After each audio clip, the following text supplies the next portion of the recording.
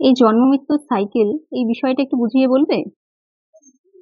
জন্ম মৃত্যুর সাইকেল অর্থাৎ জন্ম মৃত্যু আবার জন্ম, এটা ঠিক একটা মোবাইল গেমের মতো।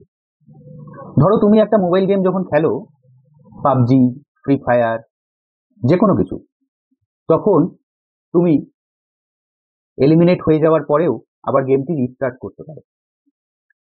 এবং গেমের নেশায় তুমি যখন আতুর হয়ে থাকো, তখন তুমি কি করো, বারবার এলিমিনেট হয়ে যাও এবং বারবার গেমটিকে চালাও, তাই তো?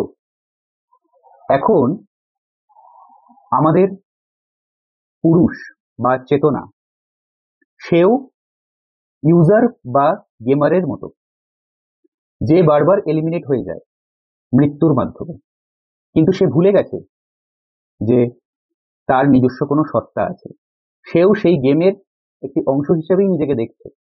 তাই তার বারবার জন্ম হচ্ছে, মৃত্যু হচ্ছে, ইত্যাদি। তো আপনারা কি কখনো ভেবে দেখেছেন আপনি গেমের চরিত্র নাকি গেমার?